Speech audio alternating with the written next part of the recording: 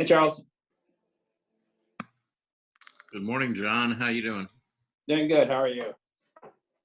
Well, actually, I'm a little bit on the sad side right now. What's the problem? I just heard that Elon passed. Elon? Really? Yeah, I haven't confirmed that, but I got an email from Avatal this morning Yeah. that he had passed away. Oh, I'm really sorry to hear that. He didn't appear to be that ill, did he? Yeah, it's kind of a surprise to me, but you know, That is sad. It is. Yes. Hang on. Let's see. We want to. How do we reduce this? I guess we don't. Okay. Yeah, I was just like, wow. Yeah, when you said that too, I'm just like, wow. So, Oh, not really. I mean, you don't want to say that you didn't sort of expect it, but you know, I guess you really don't think much about kind of where people are. no, and we're all a little bit different when we're on this Zoom thing. Yeah. But, anyway, so yeah, I hate to pass that news along to people. But, Yeah, terrible. Yeah. Anyway, hey Armando.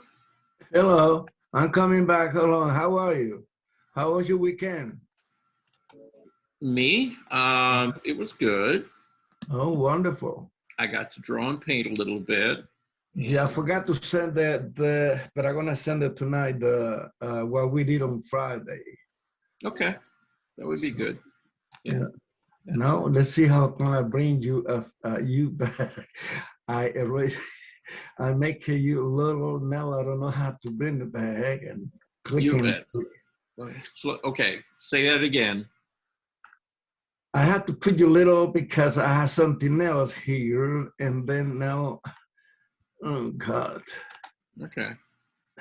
All right, but you're doing okay, right? Yeah. Okay. All right. So when does your self-isolation end? No, I got my negative report. Oh, you got your negative report. Good. Yes. Okay. I'm glad to hear that. I got my negative report, so.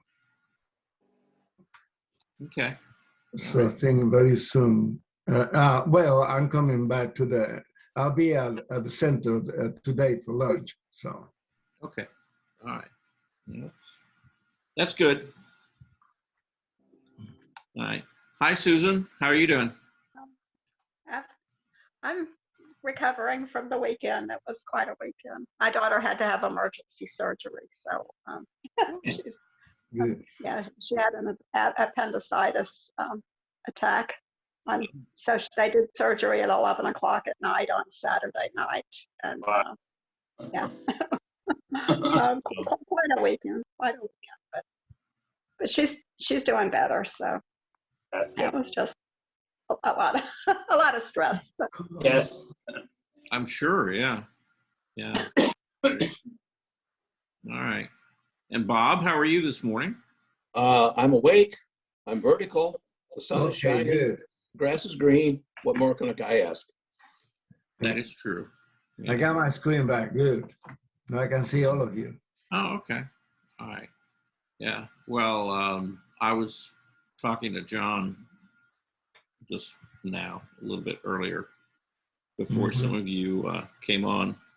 And I haven't confirmed this, but I got an email from Avatal Landman that Elon Lindenboim had passed away. Oh, sorry to hear. When that happened? I think over the weekend.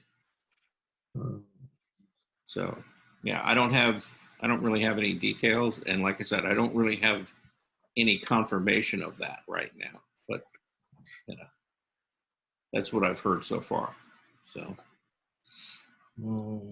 And I don't, I doubt that Avatar would say that without Oh, right.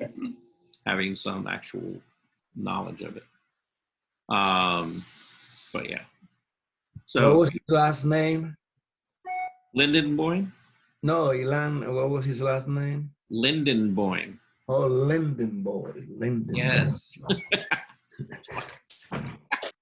Armando, you're funny sometimes. Wrestlers. Yeah. But yeah, I was really kind of taken back by that this morning. Yeah, not That is.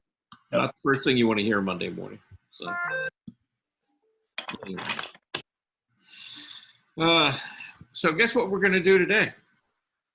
You're gonna criticize us, so let's face it. Criticize you? No, I'm not going to You're criticize going you. to show the video, right? Right. You're going to show. Yes, I am. I am going to show the video Oh, from, our Evening of the Arts presentation this year. And other than that, I've got another video that I want to share with you as well, but we'll do the Evening of the Arts first. I couldn't find that on YouTube. I couldn't find it. I went to Senior Services and I looked into that and looked under your name. Right. Well, and the fact is, as of right now, you won't find it posted. Oh, okay. Sharita just got it posted to the P drive on Friday Okay. so that I could finally download it. But eventually it should be up there. so he died before weekend. Pardon? He died before Friday? No, I think she said it was over the weekend. Oh, okay. Yeah, because he was, we saw him, I want to say it was Wednesday. Either Wednesday or Friday we saw him in the drawing class, maybe. But anyway, yeah. All right, so let's see. Well, I guess I have to open it to share it. Okay. All right. Cancel that.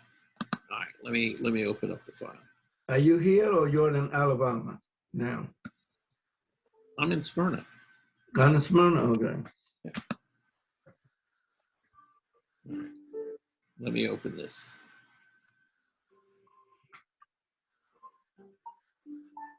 Maybe.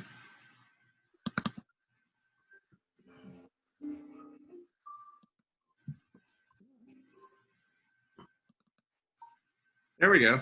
Oh.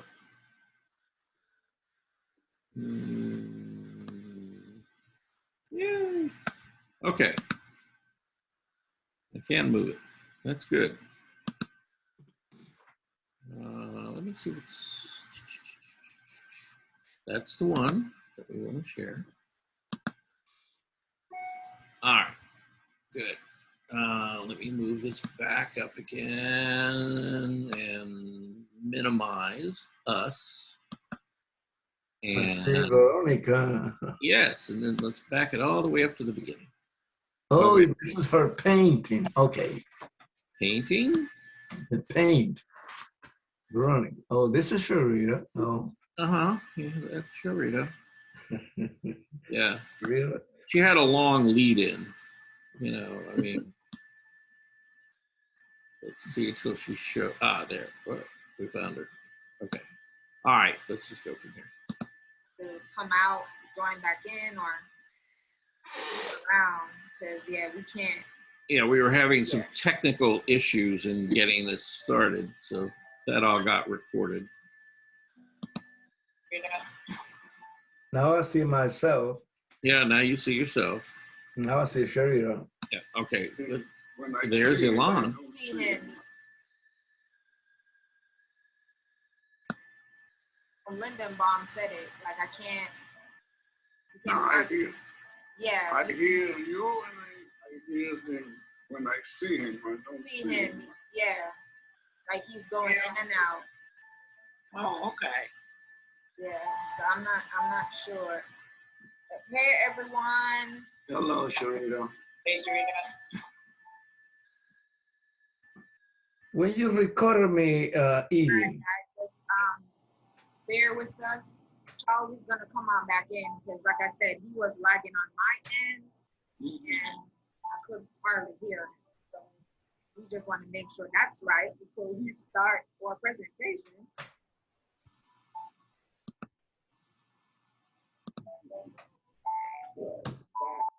For joining here. Concho, I'm gonna put you guys on mute. yeah, that's fine. Well, we can hear fine. And see, hopefully it acts right this time.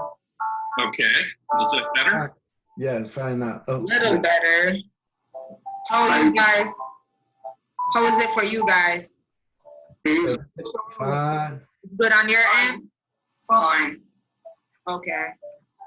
All right, Charles. Guess I have to roll with that. Fine. Okay. I was gonna say maybe we need an extra hotspot. I don't know. Well, Alright. I changed over to the hotspot. Okay, great. All right, great. All right. I'm gonna give it one more minute to see if anyone else come in, and then we'll get started. Okay. All right. Enjoy No, the music in the background. Yeah, Sharita, now is this being recorded on your computer or is it being recorded on mine? It's recorded on the cloud, In the cloud? so it's gonna be on my account. Well, Sabrina's too. Yeah. Okay, well, when you download that, Mm-hmm. can you make sure to, I guess, I'll pick up a copy from you? Okay. Yeah, I'll drop it on the P drive. And then I can Yep. download. Mhm. Okay, will it be under the class folder? Yes. Okay. Mm-hmm. I'll make sure once it finish rendering, yeah, Okay, I'll drop it there. good. Hello, everyone. Hey, Hello, Sabrina. Happy Tuesday. Happy Tuesday, Sabrina. It's Monday, Sabrina. Okay, guys. All right, let me put a pause to our music because it's officially 1:05. All right. so it is. Yes. All right. Good afternoon, everyone. If you don't know who I am, I'm Sharita Bennett. I'm the program coordinator. I oversee the Life Enrichment Programming at the Dorothy C. Benson Multipurpose Center. Today is our virtual art show, which is going to be led by the lovely Mr. Charles Scoggins. Of course, you know he's an awesome art coordinator at the Benson Center. He has taught many classes over the years, from painting and mixed media to drawing to sculpture. He is a very talented individual. You guys can attest to that. We want to showcase, he's going to showcase a couple of participants that have taken part in our virtual programming over the last 2 years. What he did was some videos with them, asking them how classes have been. So you guys are in for a treat. If you do have any issues or questions, please drop it in the chat box and I'll make sure I do my due diligence to answer it for you during the presentation. I am going to turn it over to Mr. Scoggins to get us started. Thank you, guys. Hi, everybody. How are we all doing today? Very good. Fine. Good. Beautiful day outside. Well, as many of you know, it's been quite a ride for this year, hasn't it? And we've done a lot of things this year. We've had some good classes, and the world is still, kind of in transition right now. Okay, and so I put together this video with some interviews from many of you, and it just sort of highlights people's work, but it also kind of highlights sort of people's experiences over really the last in particular the last year. So with that, I'm going to begin the presentation. Anybody got any questions before we jump into that? Okay, off we go.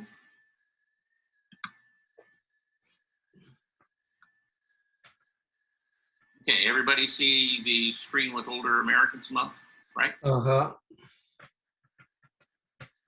Yes? No? Okay. Yes. Yes. Yes. So away we go.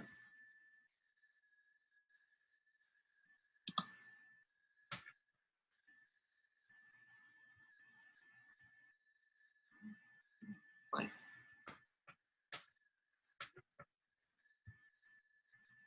So tell me, okay, you've been taking Zoom classes now for the last 2 years, right? Yes. Okay.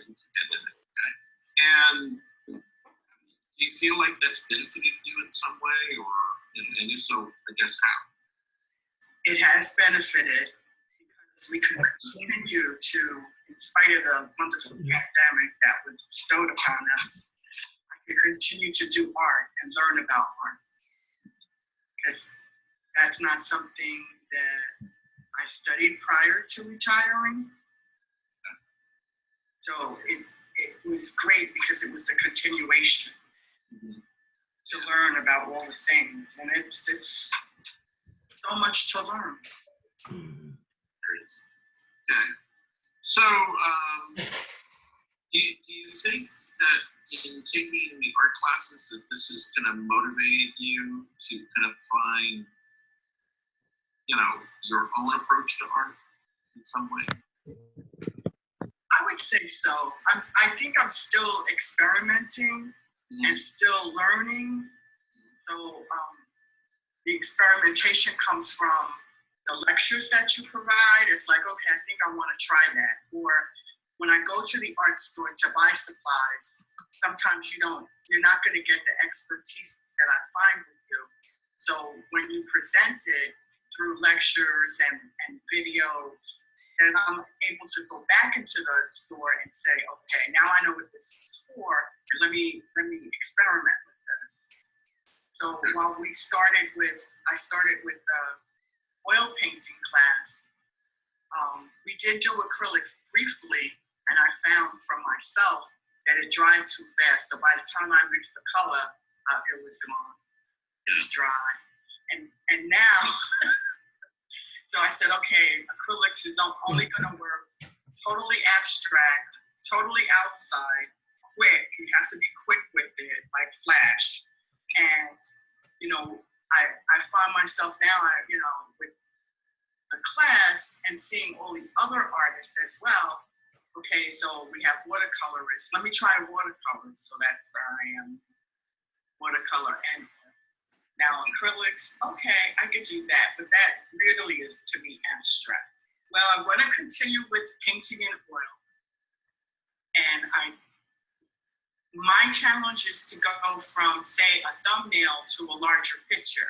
Because through my lack of experience at the time, I was going the other way. I was buying large canvases and was like not figuring out why it wasn't working out. Now I know through the class, okay, you really need to sketch things out, and then you need to really paint smaller and then figure out how to make it larger.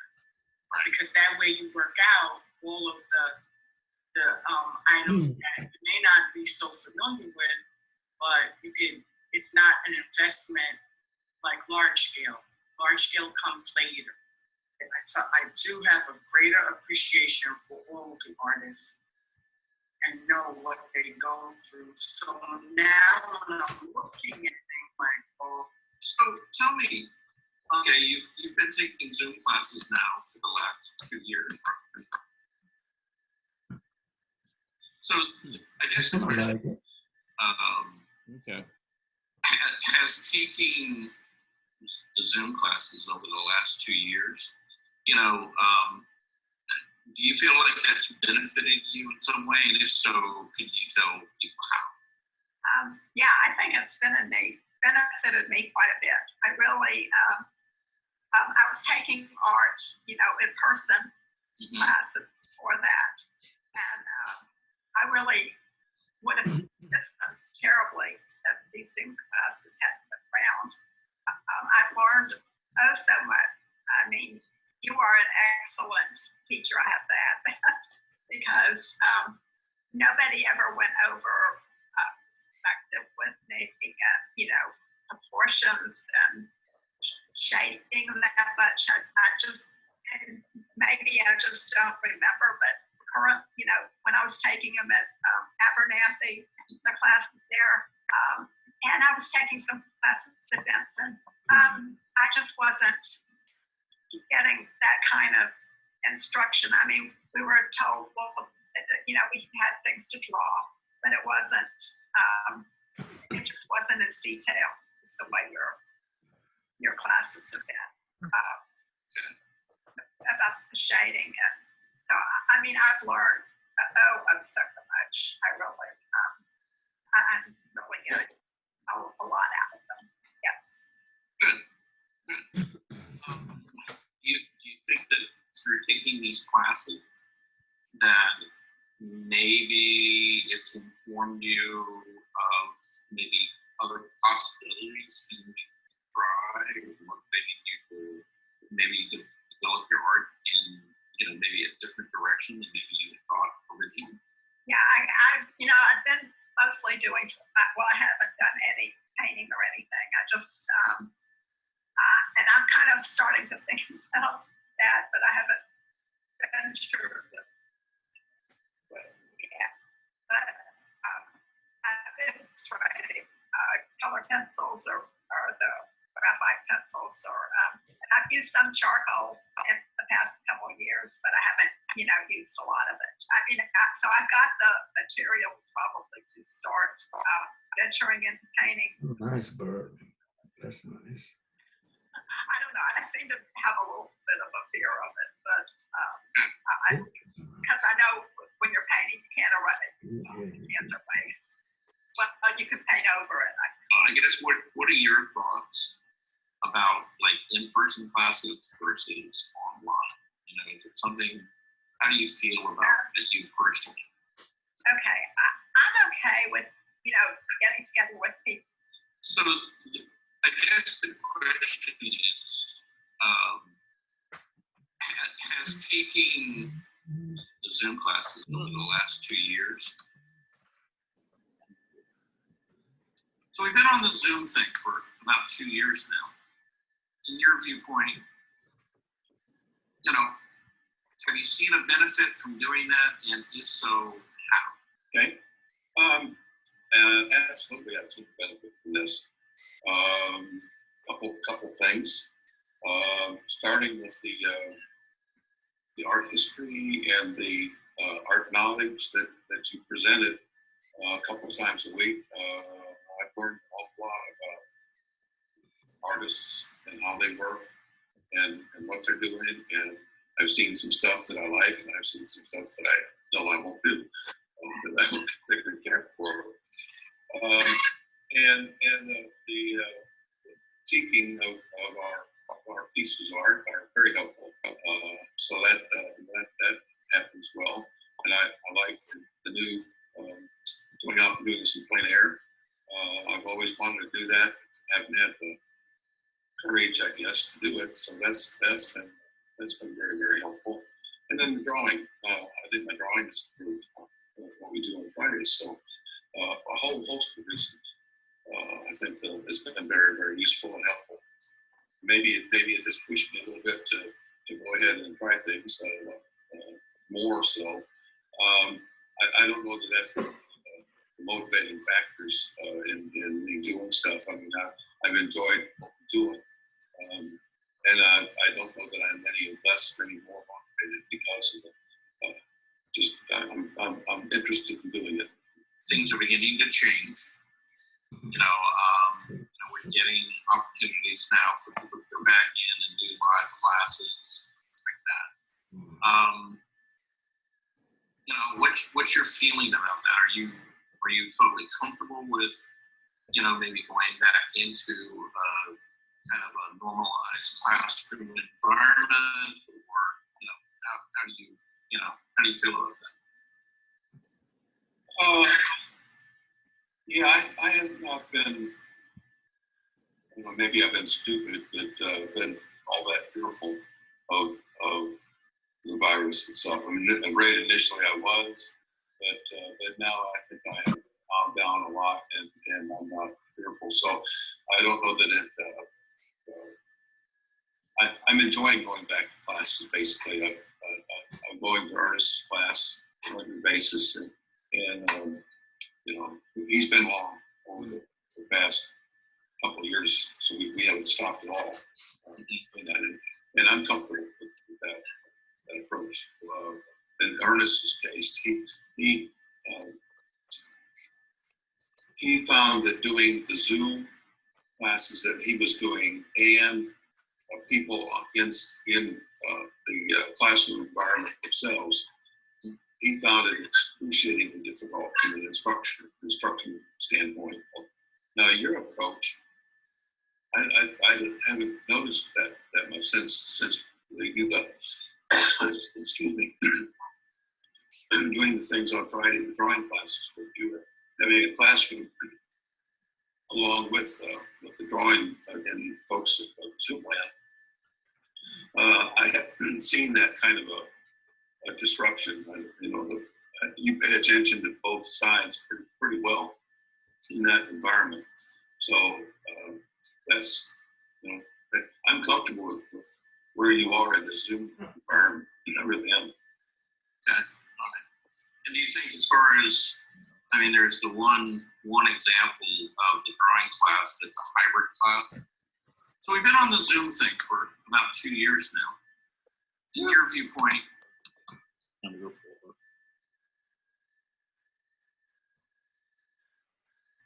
you've been taking online classes, and the question is, have they benefited you? And if yes, how?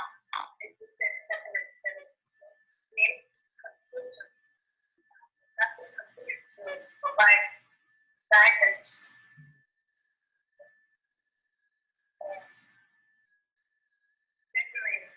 Improving my abilities to create my that first helps providing information and answering my question and then listening, and then all these important aspects of art, including perspective, value, proportion, angles, and so on.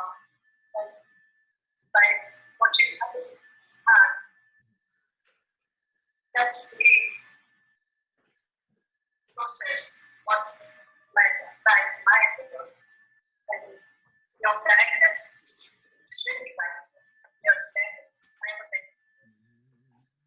selecting very classes to motivate as you motivate Hi.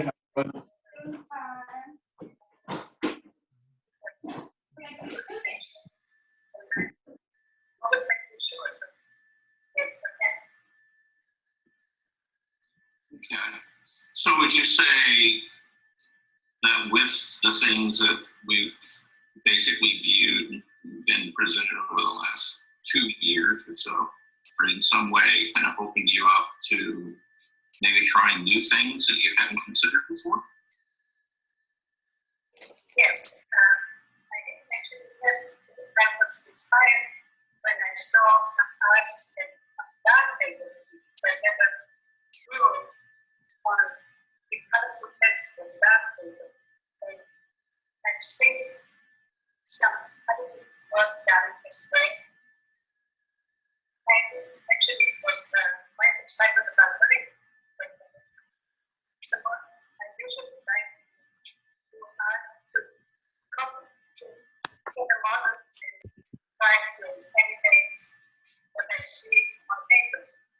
But doing those last inspiration to actually create art from inside my head. I look up and confidence very much to that, and your critique always positive without ever saying what you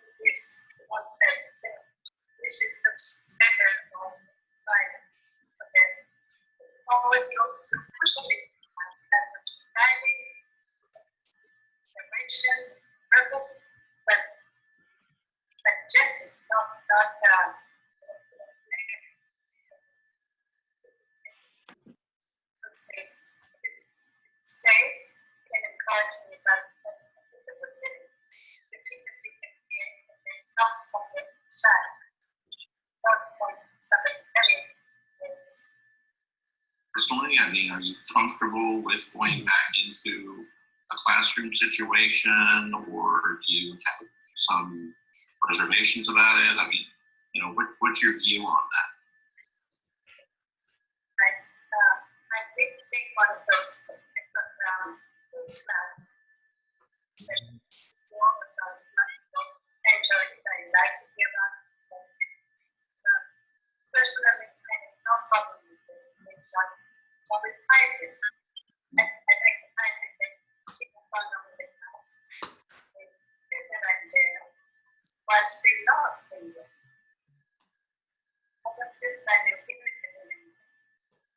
Okay, so you don't find that there's like a real huge difference between one and the other now?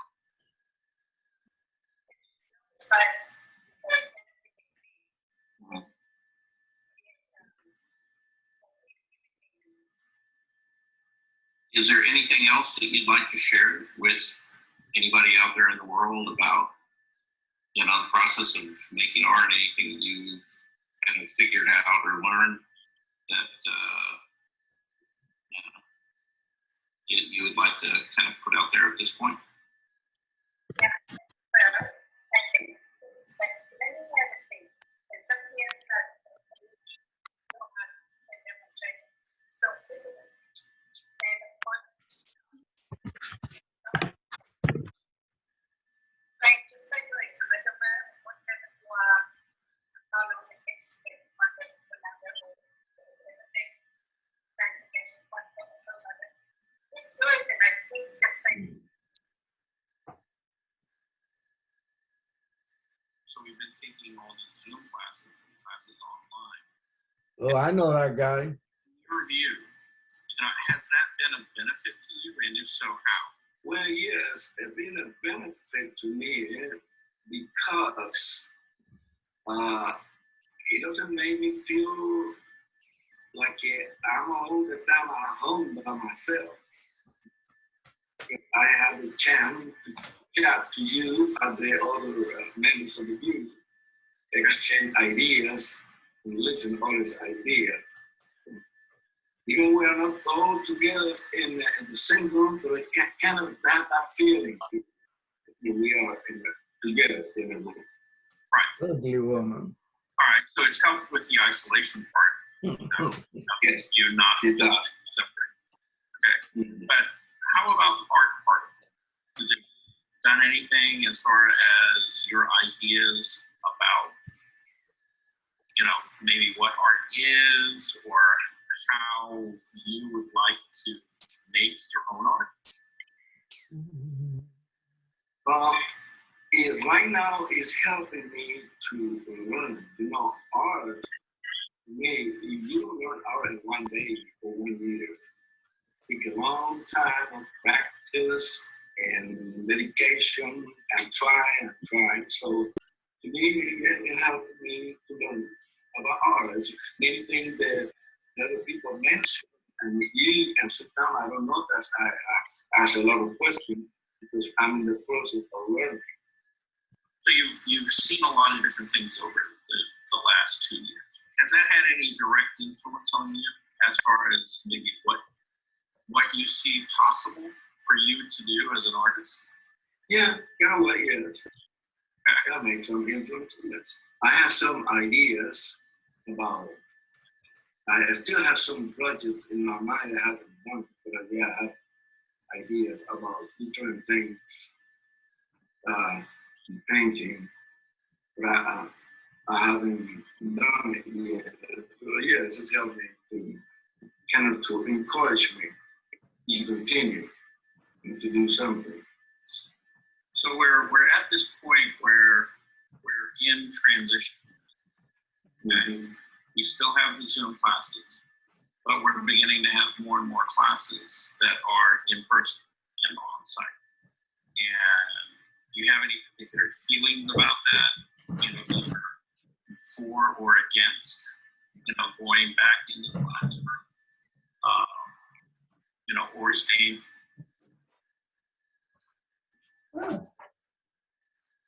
We went from an environment where we were doing everything on site And we shifted to Zoom classes in particular. And the question basically is, these online classes, have they been beneficial to you? And if so, how? Yes, they've been very beneficial to me because, as you know, we were in confinement, and a lot of times that will cause different issues to come about, like not being able to be around other people, and maybe some type of depression or some things that you would normally want to do, you were not able to do. So these classes helped a lot. They motivated me to go on and try to pivot and do something else. And I've gotten quite a bit of information from them, and I appreciate what the classes do, especially yours. Has that made any impact or maybe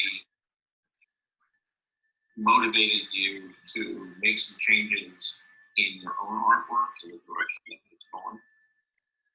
Well, I primarily prefer portraits. And since I've been exposed to other types of art, then I have ventured on to landscapes. And I've thought about doing other types of art, like greeting cards and different other subject matter, or painting, not just limiting myself to only portraits. So it's kind of expanded my horizons. I appreciated the exposure to different forms of art through videos, which I probably never would have viewed had I not done them in class. And it opened up different ideas to me that I probably would not have done before. We're at this stage where we're beginning to transition back into, you know, what would be called a hybrid situation. And some people are virtual, but some people are, you know, going back to classes in classrooms and things like that. Do you have any particular thoughts or feelings about that? You know, as far as you personally, and you know, how comfortable are you at maybe going back into your class, or you know, or do you feel like some things are maybe better online? Well, I'm not very comfortable now about going into classes, so I do appreciate that we still have virtual learning going on. And I will do things that are not associated with being around crowds or large numbers of people. So I probably would appreciate remaining online to a certain extent, because there's a lot of information that I can get from being online. Is there anything you would like to say about your experience, I guess, over the last 2 years, or share with people about taking art classes? Well, painting and art in general is very relaxing and cause you to, I think, appreciate color and artistic things, visiting museums and different other things related to your experience with art. And this has been a really good experience for me because, as I mentioned, I probably would not have had I would have had a lot of time and not a lot of things to put in that time. So I probably would have become a couch potato, and I would not have developed my skill in art as well as I have. I think my skill has improved somewhat. It's better than it was 2 years ago, and I enjoy it. So it has given me some type of satisfaction. I would advise others to try art, or try drawing, painting, different other forms of art, sculpture, pottery, ceramics. These things can give you a greater experience and a greater enjoyment. And we have a lot of things going on in our lives, and this will kind of add some type of relaxation or something.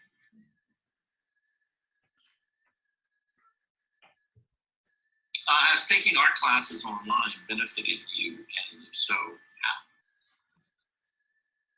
Well, I think it's better than nothing, but the physical presence of everybody else, I don't know if it's the atmosphere or it's everybody's personal reason or not, but I think you get more out of it when you're, so to speak, alive together with everybody else. But this, I think it has been very helpful, because otherwise I couldn't get a third of the information that you amassed for everybody to listen to watch.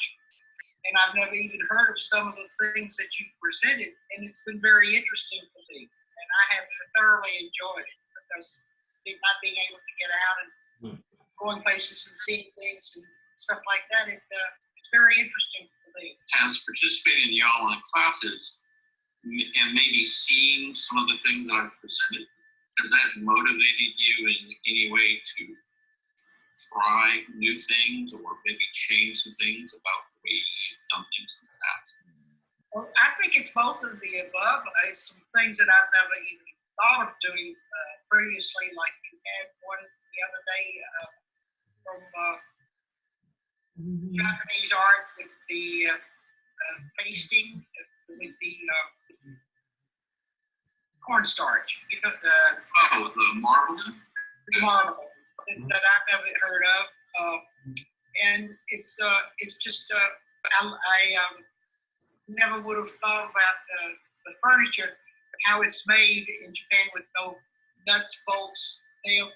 That was really, I can't have that, but that was really very interesting to me, because I used to have one piece of antique furniture that was built in America like that, which was very interesting. That related my information a little bit better. But it's different, people paint different ways, and you learn new processes. And I thought that's very helpful. I mean, I experiment with it, and it's been very enjoyable for me. How inclined are you to, maybe participate in live classes versus online? Well, actually, I probably would do both, because some of the classes, in order for me to get rides to and fro, have to be between certain times and on just certain days where they go in towards your area. Is there anything else you'd like to tell anybody out there in the world about, taking classes and, what you've done the last 2 years? Well, outside, and you see what God has made. It's beautiful and it's wonderful. It's inspiring. I think anybody, I've always heard people say, what's your view of Zoom classes and kind of what's happened over the last 2 years because of this? Well, it's really been a godsend to me with the COVID restriction and things like that. I pretty much stayed in, didn't go anywhere, and very little human contact. So the Zoom provided an interaction for me with people. And in that time, how do you feel about, has that been kind of an effective way of you progressing with your art? Or are you kind of headed towards the direction that you want to go in? Or what are your thoughts about that? Yeah, definitely has given me a different direction. I really have only been painting for 2.5 years. I basically did, the watercolor, and it was a class at the center that inspired me to do watercolor. When COVID hit, it was a good outlet for me to play around with. And as we progressed then with your classes, I learned a lot of different techniques from you directly, from videos we've seen, things like that. Well, I was going to mention, you've taken classes with other people, right? Online? Yes, correct. I've done other art classes class. Kermit from Bowden. And, yeah, I have taken other courses and I've taken some of the book club things. And I've also did the senior moment sessions. Okay. Yeah, so I've used them really quite a bit. Do you kind of see yourself wanting to go back to the center more, or how do you view that? Yeah, I'm still a little bit hesitant about going back. As things have lightened up and I've gotten out a little bit more than I wasn't doing. I would go by the center, pick up lunch and things like that and talk to people there, but I don't know if I'm quite ready yet to sit in a room with half a dozen people. Okay. All right. I've been invited, I was taking one of the marathon classes. The ladies there have asked me to come back, but I told them I'm just not quite ready to be in a classroom right now. Regardless of whether you go back into the center or whether you continue, with Zoom through the Fulton County program, what are your goals as far as, getting your art to progress? Where do you see yourself going? What do you want to be doing? I really do it for my own enjoyment and to keep myself moving, occupied, doing things a little bit and mentally. As I say, I developed my techniques a little bit and hope to do some more. I'm open to experimentation and stuff like that. So, as far as the artwork goes, I feel like I'm going to continue that. Play around if I can, but I'm still limiting myself to watercolors. Well, is there anything else you want to throw in as far as your thoughts about or anything you want to see or? I like the way the art program's expressing a little bit of art history, a little bit of techniques, a little bit of actual hands-on drawing. So I like the combination there. I hope centers continue, but so has taking art classes in the last 2 years over Zoom and online, has it been of any benefit to you, and if so, how? Yeah, I did. I do join the class. The past 2 years, COVID-19. I feel it's pretty good. I teach from you teach is very good. I learn from you a lot. Anything in particular that you really like about it, or anything that you've learned? Some you like Monday you have share the history. But this one is I didn't know about that a lot. So I take a class. I know some of artists, the work, everything. Right. 5 days, I really enjoy 5 days of drawing class. Has that had any influence on you personally as far as how you see your art, what you want to do with it? Has it made any? I think I need to learn more. Because it's like 2 years I didn't have chance to painting, use the oil painting. I'm drawing more than painting. Yeah.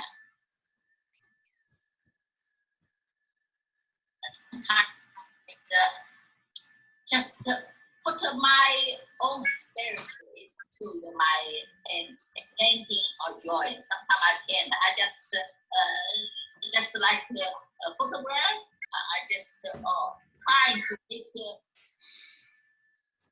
like. Don't. Didn't my own. Right. Yes, very. Okay. Fine. So are you No. copying photographs now more, or You don't go. actually feeling like you're getting some of you into the paint? Yes, I need to do that. So normally I just do the copy. Yeah, it's trying to make drawing more like this person.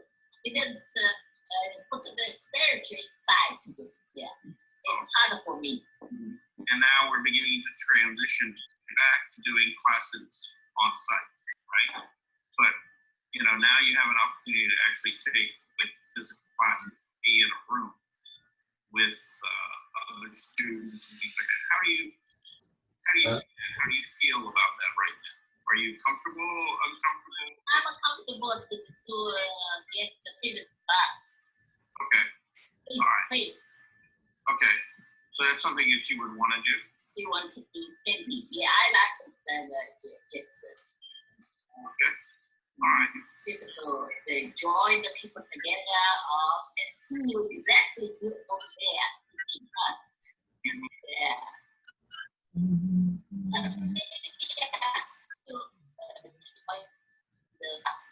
Is there anything else you would like to say, or anything about the last 2 years of doing art, and what you've been doing? Yeah, I think I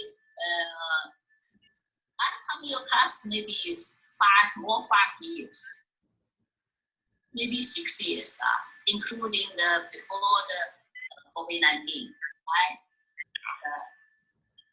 So I.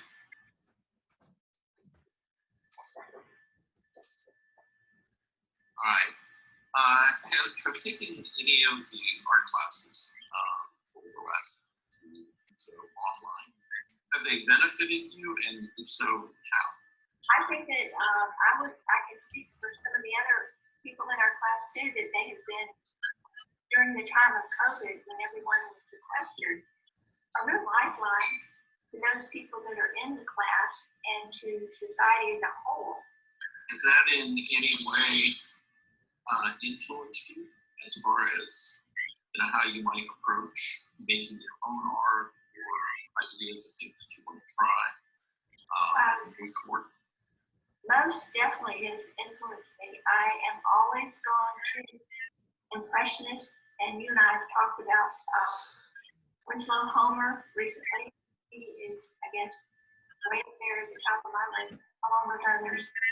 The Impressionist period, because of the history of it and what I've learned about it through your classes, which has been so informative and very, very interesting and stimulating. And I always feel empowered when I learn new information. And Charles has been terrific in feeding us information from all the different types of art history, particular periods of art, particular artists themselves, many who were new to me, but I enjoyed learning about. And as far as my favorites go, I have always leaned toward the Impressionists.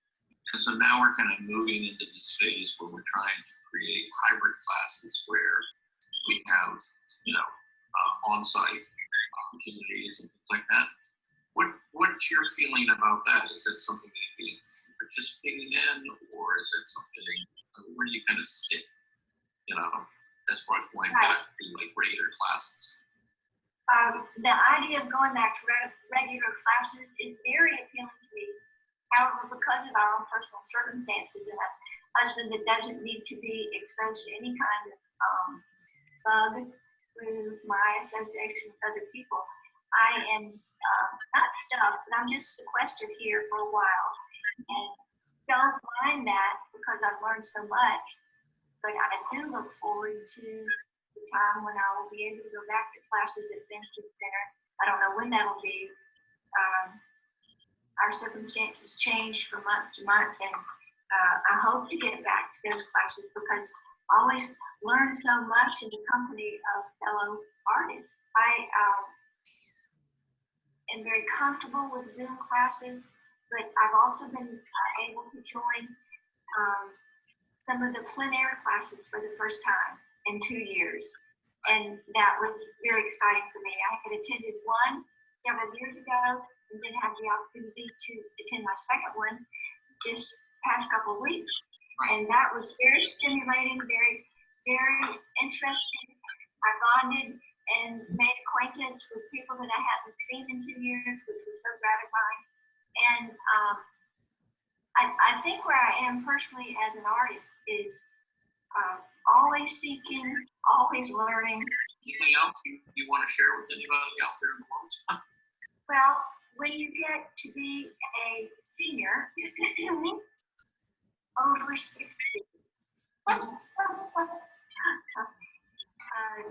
you really have to work harder at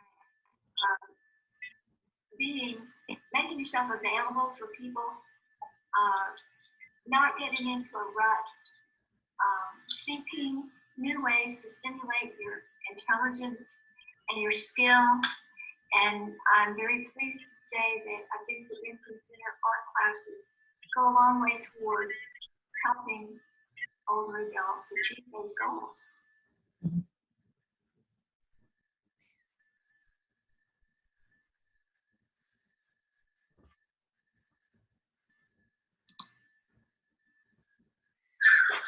Okay. So All right. that's what people had to say. Well, I think you showed us that before. Anybody got any questions? Any? Well, yeah, you showed us that before, and we could hear you voice. You and your students are doing such an awesome job. It's so nice to see the caliber of artwork presented. Louis Bradley. And the level of skills. I'm an artist by a different form. I mix music. But to see visual art of that level from our seniors, fantastic. All right, everybody, take a bow. I wish What the did sound was he better on say? these things. Thanks for that. Anybody else got any comments or? Well, we couldn't hear well, but we saw that video before. Yes, you watched that presentation, yes. And people who didn't make it to that asked that I play it. So Well, the sound was not good. We couldn't hear what the people were saying.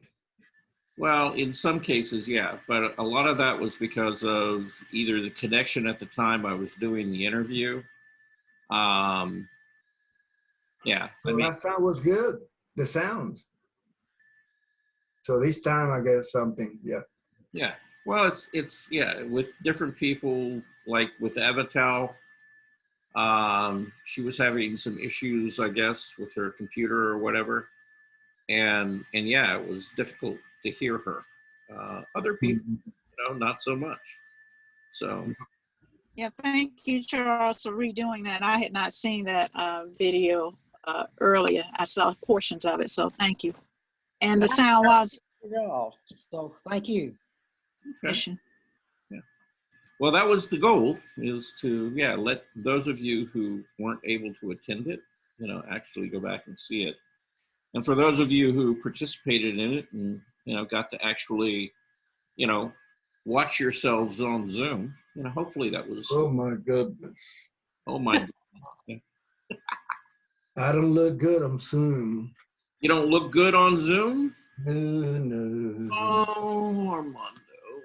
You didn't tell me I could get some makeup on my face and look a little bit better. So you think that's kind of the what we need to be doing is having like stylists and folks like that show up so that you can do makeup and all that fun stuff.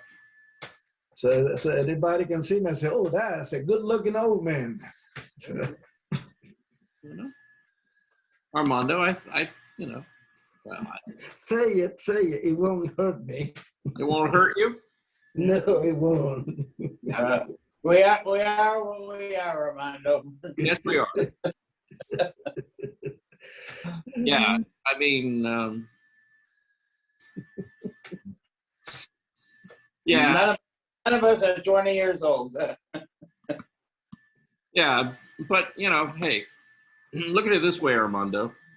You're here, and you know, you're able to function day to day, and you know that in itself, after a while, is a real blessing. So yeah, it's a bless. After 75 years, yes.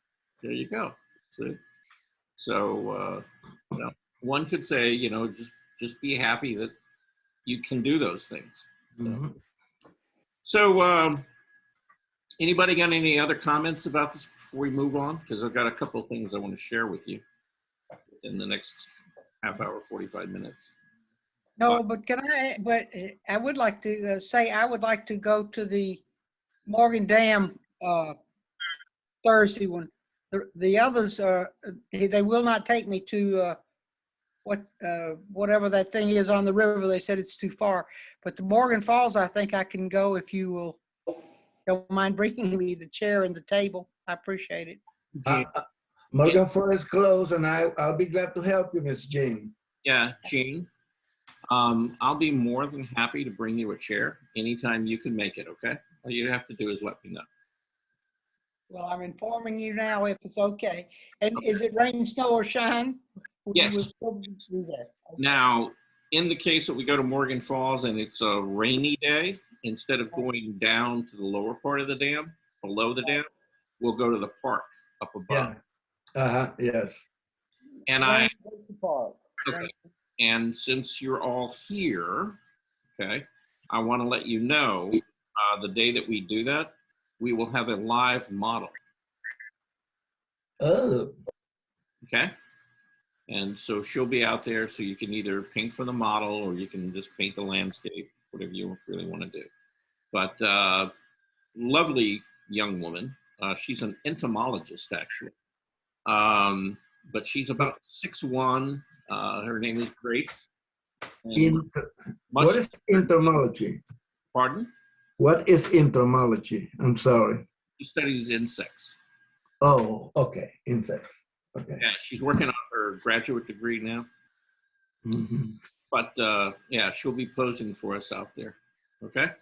So, and she's lovely, you know, I mean, very long, tall, slim figure, graceful, you know, like her name is Grace, and she lives up to it. So, you know, that'll be fun. And then on Friday, not this Friday, but probably next Friday, I'm going to try to have a live model in the studio as well over at Benson.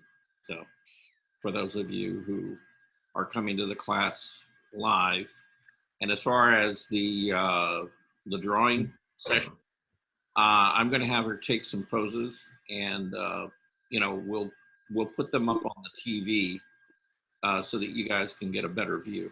You know, so while she's doing that, I'll be trying to post something up there. Can we watch it live? Like we can see the class when you're doing it.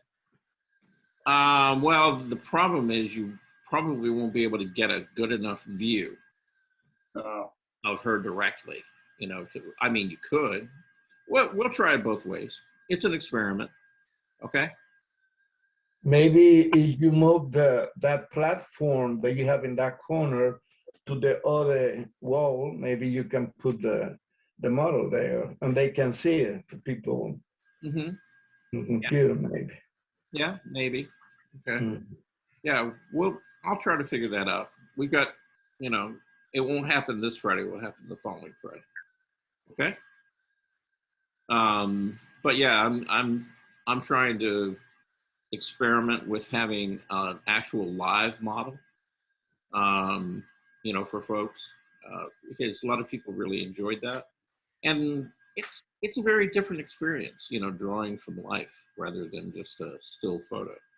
So, yeah. we'll see how it works out. Okay, John, you can give me a critique on it and let me know which way you like better. Okay, sounds good. Okay. All right. So I want to share with you, there's a couple of videos. Two of them are on the benefits of drawing, and I would definitely hang in here and listen to those. And then there's two others. They're all very short. They're about 6 to 8 minutes each, but very informative. So if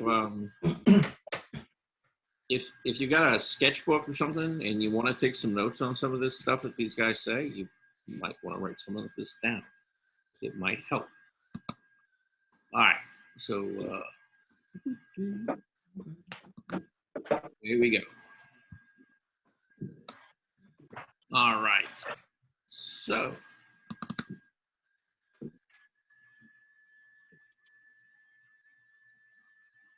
Build your brand online with a beautiful logo. Just we have go to to have Wix Logo. Type. I started to draw. I was in my late 30s. Go to art school.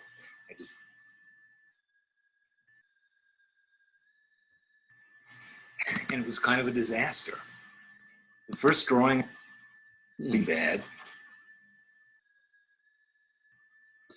I don't know what's happening here. It seems, okay, let's go back and try this again. See if we can get all the sound to go with it. I started to draw when I was in my late 30s.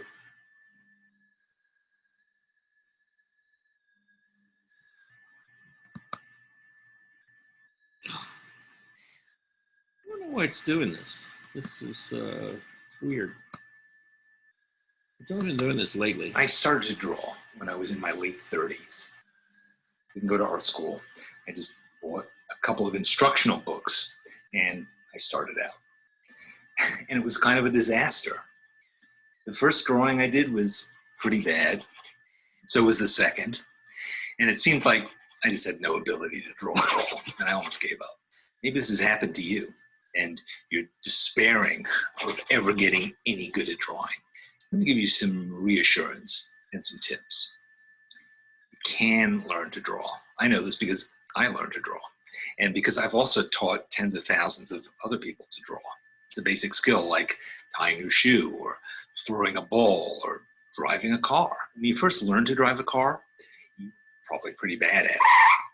Maybe you learned from your dad in the supermarket parking lot, sweating, gripping the steering wheel.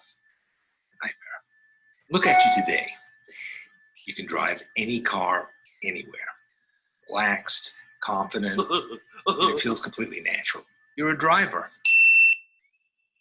Same can be true of drawing.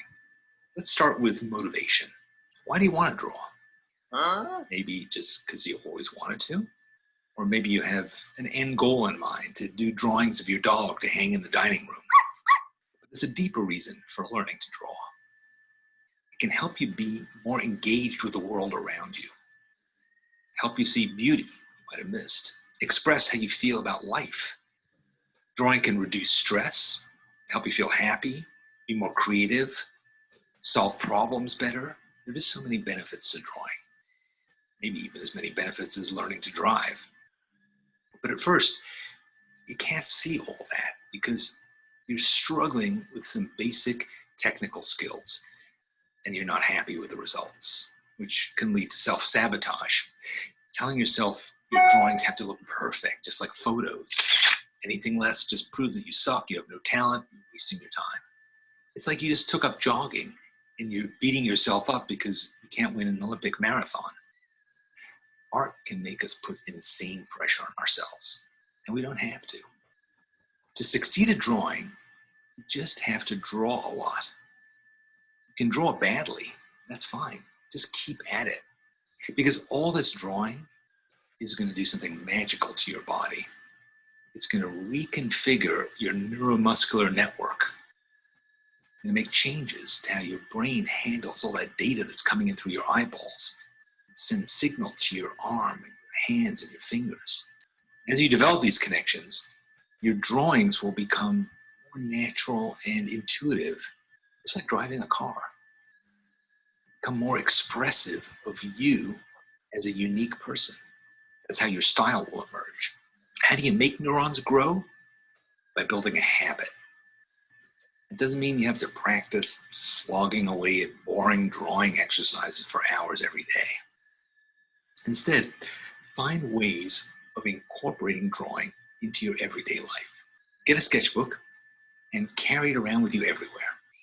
Draw all the things in your life, your coffee cup, your sandwich, your napping dog, just ordinary everyday stuff. Now you might be saying, I don't know how to draw a napping dog, or sandwich for that matter. And also, why do I want drawings of coffee cups and sandwiches? Stick with me. There are a couple of reasons to do this. First, learning to draw is mainly a matter of drawing a lot to grow neurons. Magic tricks and shortcuts, no matter what certain YouTube videos might promise you. But you can do it. And second, you'll learn by making mistakes. Every drawing is just a series of challenges and problems that you work through. Third, believe that you can get there, and you will. You don't need talent, you just need to keep making drawings, even bad ones. Bad ones are tuna sandwiches. Speaking of, one of the many things that beginners struggle with is subject matter. Because when we look at what professional artists make art about, we figure those are the things that we're supposed to make art about too. Portraits, landscapes, still lives of bowls of fruit. We assume that there are special skills and tools that you need for doing each of these sorts of drawings. We just need to take step-by-step lessons in how to draw portraits of fruit. Here's a more effective approach. Learn to draw everything. Draw the stuff in your life. Just carry your sketchbook with you, and whenever you have a spare moment, pull it out and draw anything that's nearby. Keep things relevant, interesting to you. That way you'll keep doing it. Plus, draw a trash can with the lamppost. Sitting in a waiting room, draw a stack of magazines, a potted plant, a receptionist's shoes. It really doesn't matter. The more kinds of things you draw, the more confident you'll feel that you can draw anything. Because the secret is, you draw it all pretty much the same way. Drawing is basically a universal skill set. Lines, angles, curves. It's this rich language that can be used to say anything. It's like a skeleton key that will unlock any subject. And you learn it by slowing down, by looking intelligently, and by translating what you're seeing into lines. There's so many benefits to carrying a sketchbook. Learning to draw, building, you're making a record of your life. You're living your life more intensely. Because as you look intensely, you're also recording those observations in your brain, creating much more vivid experiences and memories. When you slow down to draw, you do the same thing that you do when you meditate, yoga, or pray. Focusing your mind, you're quieting all these other voices in your head, and you're experiencing things more intensely. Imagine if you could summon up memories from your last vacation that were like 3D immersive virtual reality recordings that include everything that you experienced in detail. You keep drawing. All right, let's talk supplies. All you really need to begin this process is a basic sketchbook and a pen. Make sure your sketchbook is inexpensive enough that you won't be precious about using it. It's just paper. But also make sure it's a decent quality, so you're not frustrated by your lines showing through to the next page. Pick the right size. Make sure it fits into your bag or your pocket. It's going to be a constant companion for the next few months. Any pen is going to do. But you might prefer one made especially for drawing. They're not expensive, and they're made to flow and keep the line consistent. Remember, there's no magic pen, though there are magic markers. Just try them out and work your way through lots of them. And why a pen, you ask? Why not a pencil with a big juicy eraser? Because you want to think about making lines, not erasing. Commit to what you're seeing, and a pen helps you to do that. Lose the training wheels. Be brave. Maybe resisting this, but trust me, I've taught thousands of people to draw with a pen, and they always end up thanking me for not letting them use a pencil. Okay, get started. Draw when you're watching TV. Draw while you're sitting in bed. Draw instead of looking at your phone. In time, you can think about how to shade, draw a perspective, capture a likeness. None of those things really matter now. What counts is starting the adventure and building your confidence. And while you do this, please be good to yourself. Don't beat yourself up. Focus on making drawing a part of everyday life. That will be success. It's going to be awesome. Can't wait to see where it takes you. Have fun. I hope this was helpful. It was. Okay. To this channel. So,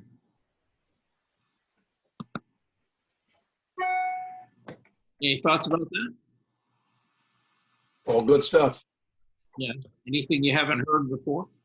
Nope. Well, somehow though, and we've talked about drawing in a sketchbook with something that doesn't erase, like a pen, you know, that certainly qualifies. But Prismacolor pencils are a good one as well. And my main reason for encouraging people to use something that doesn't erase easily is, you know, much to his point, people beginning, they have this perfectionist thing going on. And it's like, if it's not exactly how they see it in their mind, they spend more time erasing, you know, than they do actually drawing. And it's kind of self-defeating. So actually, you know, working with something that you can't erase, like a fine line pen, a ballpoint pen, a Prismacolor pencil, things like that.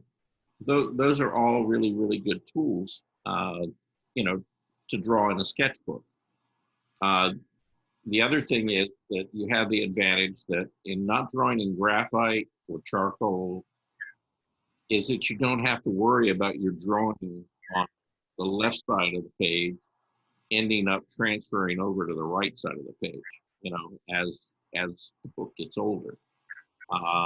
Graphite has a tendency to do that. So you can keep your sketchbook intact and really neat, and 20 years from now, you know, when you open up those pages, they'll look just as good as they did the day that you drew them. Because you won't have to worry about, you know, like I said, the material transferring from one side to another, okay? I speak of personal experience. So some of my early sketchbooks, you know, before I started doing, some of them do last. I have a sketchbook of my mother's before she was married.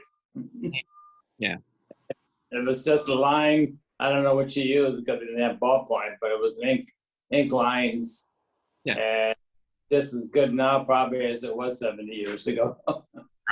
Yeah. Yeah. As long as the paper holds up, you know, the drawing is hold up as well. And so, yeah, there's a lot of value in drawing with that kind of media, you know, rather than, like I said, a graphite pencil or something. Okay.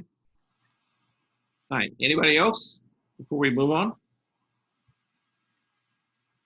Okay. We're going to the next. Okay.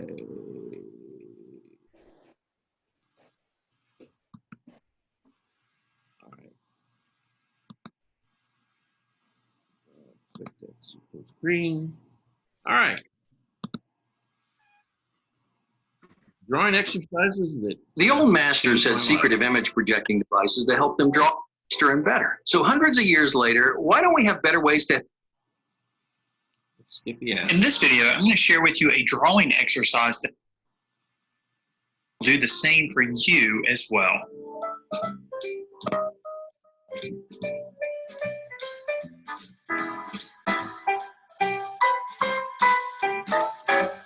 Hello there, everyone. Matt here with thevirtualinstructor.com. And in this video, I'm going to share with you a drawing exercise that absolutely changed my life. It's one of the reasons why I'm sitting here talking to you today. But before we get into that, I'd like to remind you, if you have... Okay.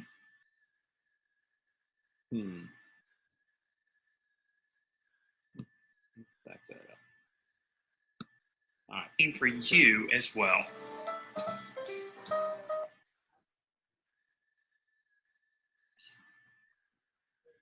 Come on.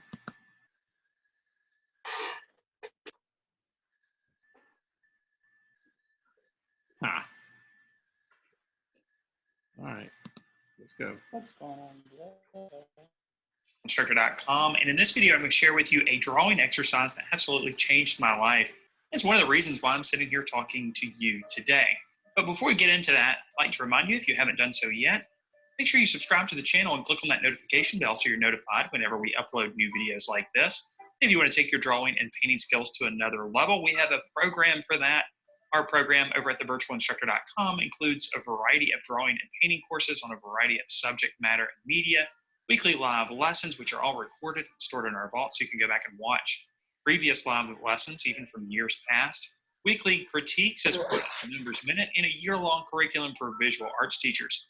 If you want to check out our program, I'll leave a link in the description below. Everyone starts off with a week-long trial for free so you can see if the program's right for you. If you want to just dabble a little bit and check out 3 of our course videos and ebooks for free, I'll leave a link in the description below for that as well. Now let's move on to this drawing exercise. I remember the first time I was exposed to this drawing exercise, I was about 12 years old, and it had such an impact on me because it was the first time I realized that drawing is actually a skill, and we can learn how to draw no matter what our background is. Now, this drawing exercise comes from the fantastic book, Drawing on the Right Side of the Brain by Betty Edwards. And if you're interested in being a representational artist, you absolutely need to take a look at this book because it's just fantastic for understanding how drawing works according to our brains. The premise of this book is based on the hemisphere of our brain. We obviously have a left hemisphere and a right hemisphere. These are commonly referred to as the left side and the right side of the brain, obviously. Now, the left side of our brain is responsible for more analytical aspects of things that we have to process, like mathematics, while the right side of our brain is more responsible for creative type processes, like drawing and painting. Now, we obviously can't create a piece of artwork without using both our left brain and our right brain. The problem is, for some folks, their left brain gets in the way. Perhaps you've had someone say, just draw what you see, and they tell it to you in a way that seems very easy, but whenever you try to draw what you see, it doesn't ever turn out the way that it actually looks. For example, let's say you're drawing a shoe, and you're looking at a shoe to draw it and everything, but the shoe that you draw looks like a shoe maybe, but it doesn't look like the actual shoe that you were looking at. And this is because you have your left brain shouting at you the whole time saying, draw a shoe, draw a shoe. So as a result, from memory, your analytical side of your brain puts together bits of information and draws a shoe. It's just not the way that we see a shoe in reality. However, if we can isolate our right brain, which functions more on line, shape, form, value, color, and texture, then we're going to have a better chance of actually replicating what we see in reality. Now, if you're sharp, you'll realize that those elements that I just mentioned, line, shape, form, color, value, texture, those are the elements of art. And as artists, we take those elements of art and arrange them in a drawing or painting to communicate a subject. Now, we can communicate our subjects in a more abstract way, and the result is abstract art, or we can arrange these elements in a way that produces more of a representational drawing. The trick is, if we're trying to create a representational drawing, we need to allow our right brain to dominate a little bit more over the top of our left brain. And this drawing exercise that I'm about to share with you does just that.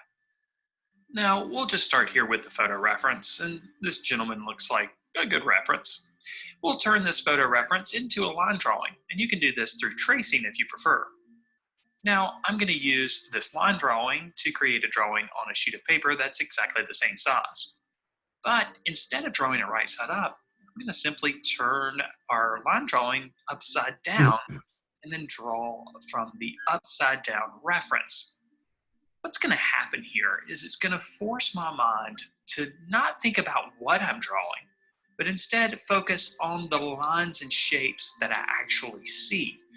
So you can see it takes my left brain out of the process almost completely. Now, as you go through this exercise, you'll actually start to feel your mind shift. And you'll notice that you are concentrating on the lines and shapes instead of the actual objects that you're drawing. Now, this shift won't happen immediately, but it will happen. You're almost forced into it. Now, of course, making mistakes is acceptable. As you can see, I'm erasing a little area. In fact, if you see mistakes, that is actually a good sign. That means you're actually understanding the spatial relationships that are happening between the lines and the shapes that are created.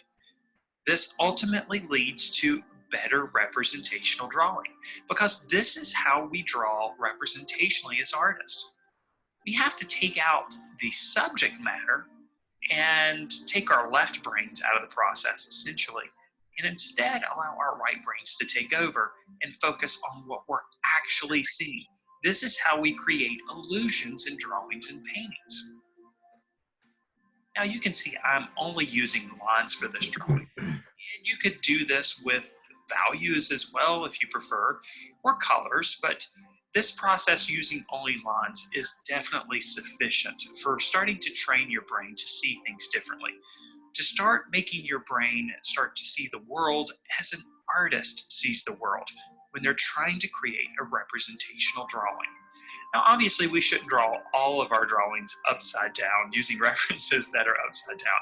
That might seem a little bit silly, but this drawing exercise is one that you should probably revisit every once in a while. And if you've never done it before, you should definitely do it. Because again, this drawing exercise is the one that changed my life and helped me understand the way that we see the world as artists, and also, more importantly, that drawing is a skill that anyone can learn. Now, once your upside down drawing is complete, you can flip your drawing paper over and compare it with your reference. Now, obviously, all the lines aren't exactly the same, but it's a pretty good representation of the line drawing. Thanks so much for watching this video. I hope you enjoyed it. I hope you were able to pick up a couple of things here and there. Remember, drawing is a skill that anyone can learn and develop. But for some of us, that means that we need to work on training our right brain. And the exercise I just shared with you does that.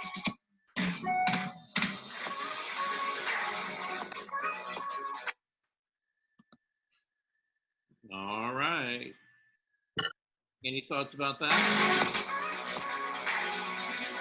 Stop. Nope. No, you don't have any thoughts about it whatsoever. Have you ever tried it? Yes, I've done upside down drawings. Yeah, yeah. It I never did it. Maybe I need to try.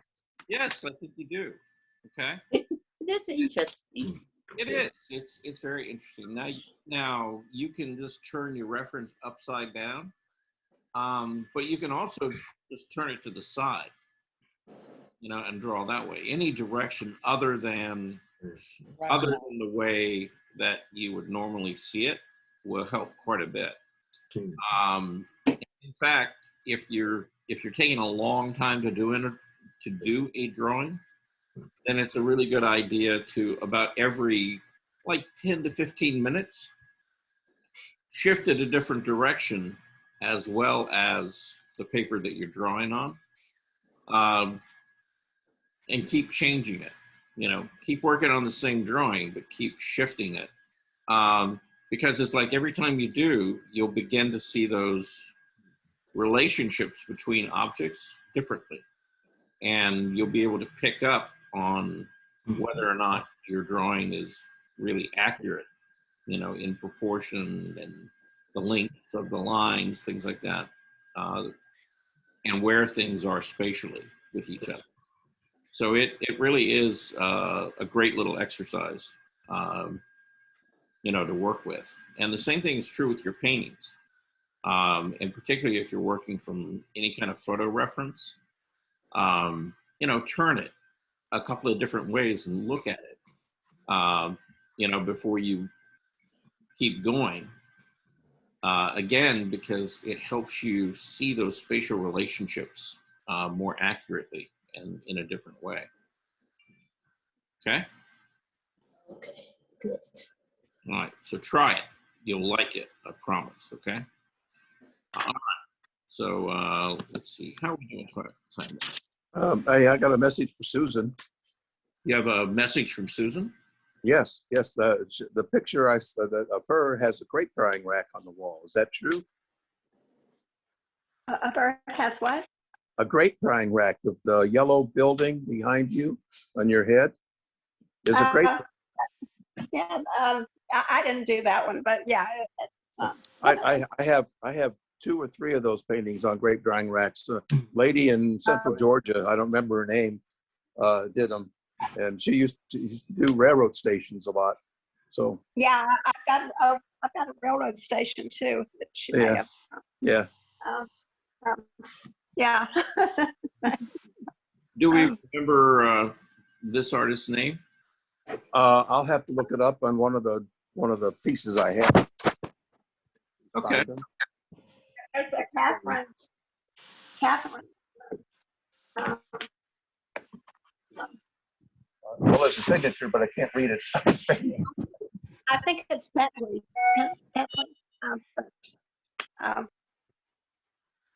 What is your name, Susan? Breaking up. Catherine Bentley or Dentley or something. It looks like. Yeah, that sounds right. Okay. All right. So Catherine Bentley.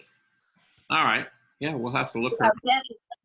Bentley or Dentley. I can't really read the first letter, but. Oh, okay.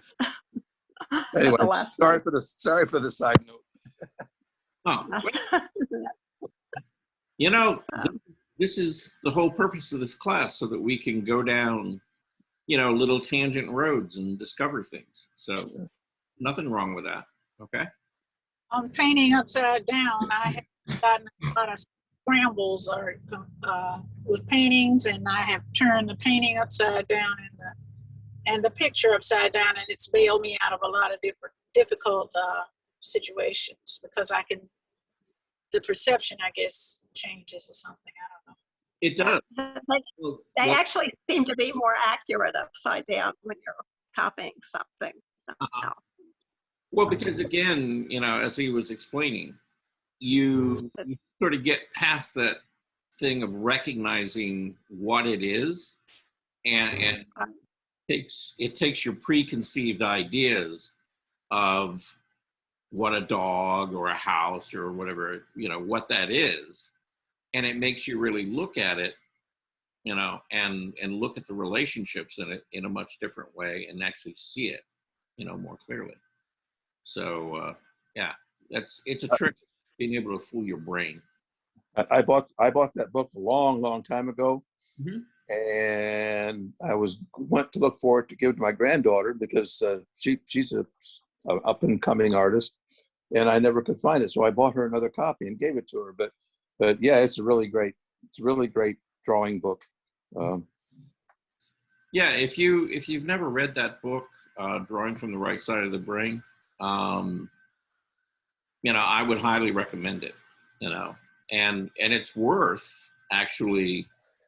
They take you through a whole series of exercises, and is that the one too that don't they have it's a 2-part book and it has a journal where you have to kind of do an exercise and. Well, the original book did not, but the second one I bought did have that journal that you could buy as an extra kind of a feature for it. Yeah, the thing about it, you have to be a little bit disciplined to get through some of the exercises because they're a little tedious sometimes. They are, and but the thing is, in just doing them, you learn a lot. Process. So no doubt. Yeah, it's definitely worthwhile. So, as torturous as it may seem, go step by step. One of the things I liked about that book was the way that she organized her approach to being able to teach people how to draw, because she started off with some very simple concepts and then she built on top of them. And so by the time that you end at the end of the book, you know, you've pretty much so covered, you know, a good majority of whatever you're ever really going to need to know about the process of drawing, and your skills should greatly improve, you know, over that period of time. I've known, you know, probably 20 or 30 artists who were professional artists and who have picked up that book and gone back through it, and every one of them have gotten, you know, a lot, you know, out of doing those exercises again. You know, even though they've been through art schools and been professionally trained, you know, it really is a good source. So I highly recommend it. Okay. All right. Let's move on. We got some other things to talk about. There we go. All right. We're going to go on to the next video, which is why I don't paint real places anymore. Okay. This should be an interesting idea.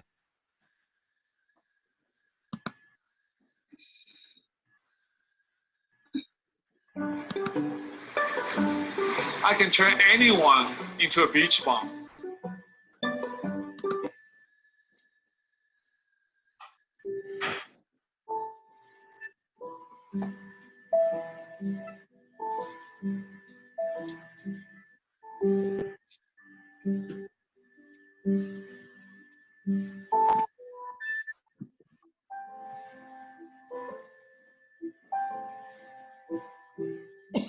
Let's get one thing out of the way. This is not the first or only video talking about flow states. Because more than ever before, the topic seems to come up in an increasing variety of areas, from sports to studying, and of course art as well.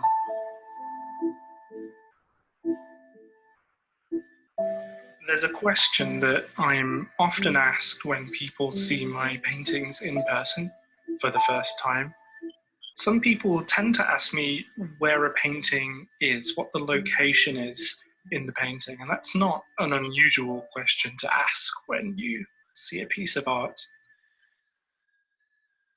And I always answer this question the same way, because sometimes a painting is based on a real place, but more than anything, my paintings tend to be a product of flow states. They are clearly landscapes and seascapes, but the location that they are, or the place that they look to represent, is less of a significant thing to me. As a finished piece, what's important to me is sort of what they don't achieve. It's actually what they aren't quite, what they don't manage to be, and the process that they go through to get to that point.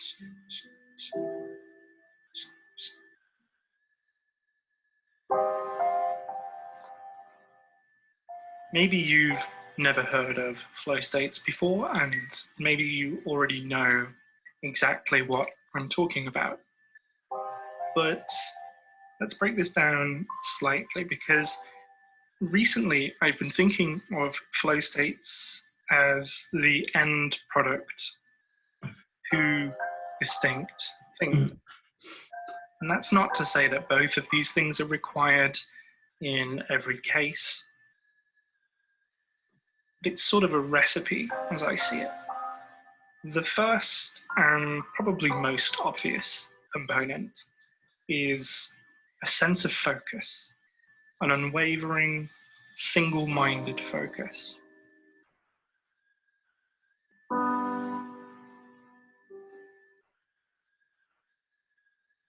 And this is one of the reasons that I love working with watercolors. There is just no time to mess around. Because every second that passes, the paint dries a little bit more, the way it responds to the brush changes slightly. So a sense of focus and drive is essential, even if you don't have an absolute clear direction or a plan.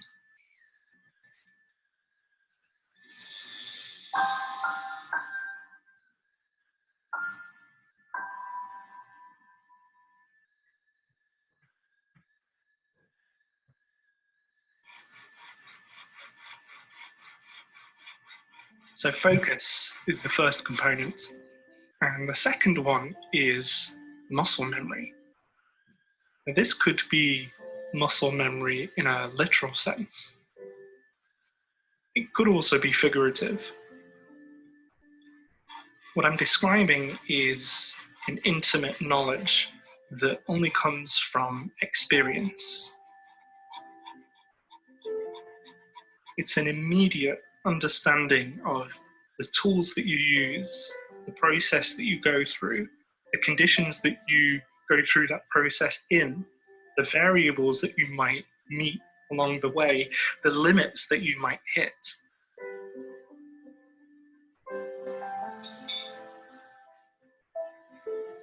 So when someone asks me where it is that a painting's of, I tend to feel like I haven't really uncovered enough of it to be sure yet.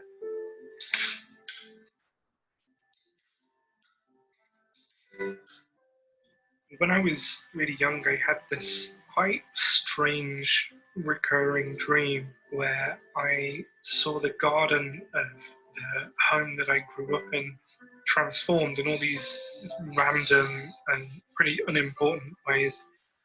It wasn't a positive or a negative dream, but I was really curious about it because it seemed to elicit in me this really strong and powerful emotional response. And there were some visual elements to it, but remembering them would only ever give me like a hint of that emotion. It's not a feeling that I've ever had outside of that dream.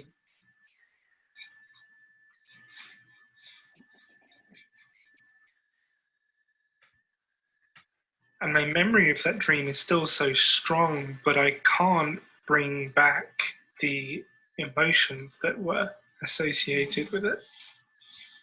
And that's how I want to feel about a painting that I've completed.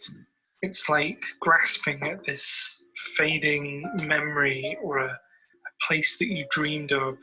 It's like Xanadu in Kubla Khan. It's somewhere almost in reach, but always just slightly out of grasp.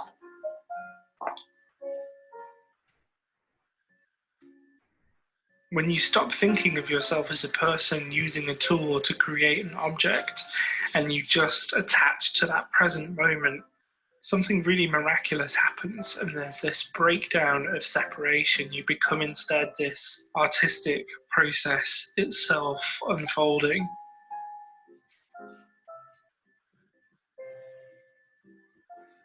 And I think that when that's a regular practice that you have, not only can it improve your life and your sense of happiness and well-being, it can also be used creatively and artistically in some really interesting ways. And that's very much what my artistic project, for want of a better term, is all about.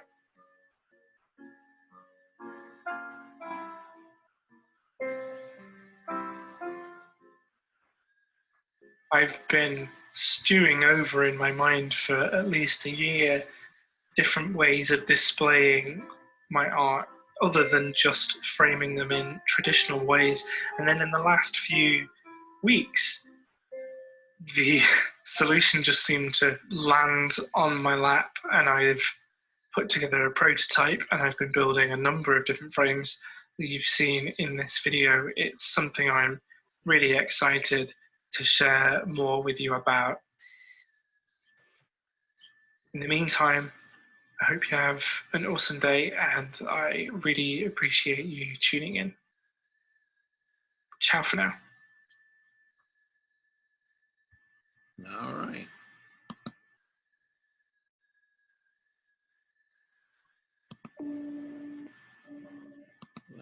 Stop. Okay, anybody got any thoughts about that? He did not reveal his secret for displaying his artwork. Oh. Oh, well, he has other videos on how he framed it, but yeah, Oh, okay. it basically built what you call a shadow box frame. Right. And then he put a center stand in it, and then he mounted his watercolor piece on a hard piece of board and attached it to that center, or floated it out there on that center stand. Okay. So it, I have a basement full of shadow box frames that my daughter passed. well, you can put them to good use. Yeah, start repurposing them. That's right. You know, they're very much so in vogue now. You know, a lot of Did people. he put glass inside to cover that? He did not. Interestingly enough. Well, All right. watercolor paper and all. How do you keep that from survive? I mean, keep that surviving. Right. Well, that would be a good question, wouldn't it? Yeah, but no, I didn't see him put, or when he showed the final piece, it didn't appear to have any glass over it. No. And with watercolor, if that's the media I was working in, or the fact that I was just working on paper of any type, I would always want to put a piece of glass in front of that. That's just me. Okay. That's what I've always heard all of these years from other people. Mm-hmm. Yeah. Now, in watching him build that frame, it was kind of interesting. I mean, he made a very simple frame. Mm-hmm. Because what he did is he built, you know, basically the rectangle, you know, with the sides of it, and then put it in a set of clamps to square it, and he glued the corners. And then before he released it, and probably just after he glued it, he flipped it over and he put a staple, you know, in each corner to hold that particular angle, you know, to the piece, which is a good idea. But he could have, I mean, he had a lot of opportunities that he could have come back in and either put like a strip, you know, to put the glass against, if he wanted to put glass in the frame, you know, that would still kind of give him space between. You broke up. I said that he could have put like a little strip of wood in there, Right. that he could have rested his glass on, Right. and still kept it away from the surface of the paper, you know, while he was constructing it. But he didn't do that. So. But Yeah. also, if you use a staple, they disintegrate too. So what happens? You know what I'm? Yeah. Well, it's not just a regular staple. It's a woodworker's staple. It's what do they call it? It's not like a U-shaped staple. It's actually a solid piece of metal that's kind of bent, rippled, that will go across. Oh. And it. Oh, yeah. What is that called? I'm picturing my mind, and it's. Yeah, I can see it too, but I can't think of the name of it. Yeah, I know. Well, I am not a woodworker, and Well, you can actually buy them, and it's a, you know, it's a tool. It's a particular tool that framers use, and you buy these packs of staples and load it in there, and it works just like a staple gun, but it will brace that corner, and you know, it holds it, you know, really effectively, pretty well. Of course, you still have to put some kind of finishing nail or something in along the side, 2 or 3 of those, you know, because just bracing it from the back won't do it. So, but If it was really small, would make it like they make the old furniture with the pegs and the yeah, you could put a dowel in it, you know. You know, the thing with dowels is that they tend to show, and in a lot of cases, if you're going to use a dowel, then a woodworker will make the dowel like either a lighter or a darker color than the body of the wood, so that you actually see them and they become kind of a decorative element at that point. They could also cover it like, I mean, I know with like, I'm going to say plaster paint, but some kind of an element where you paint over the whole thing and you don't see any dowels, even though it's with the dowel. Yeah, you could put a filler in there, and you can also put a primer over the whole frame. Yeah. But, you know, if you're going to go through the trouble of making like a wooden frame, then a lot of times you want to select, you know, a really nice piece of wood, and you want to keep the grain and everything showing, you know, on it. It's much prettier than just flat colored paint. So. Yeah, but you also would not see the metal tack either. Yeah, well, you wouldn't see that anyway because it's always going to be on the back. You don't put it on the front side, you just put it on the back. All right. So I got one more thing to share. Okay. We got about 10 minutes. Okay. And then we'll kind of be done for the day. Okay. Kind of, sort of. We can talk about things if we need to. So let's go to, that's a little long. Okay, let's see. Well, okay. We'll try it. Okay, we're going to do it. This is, you know, I became a pro artist with no art school and no talent. Okay, so let's see what he has to say.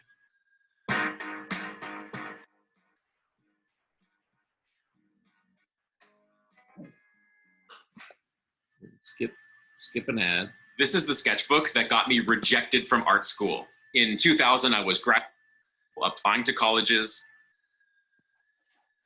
Time had a really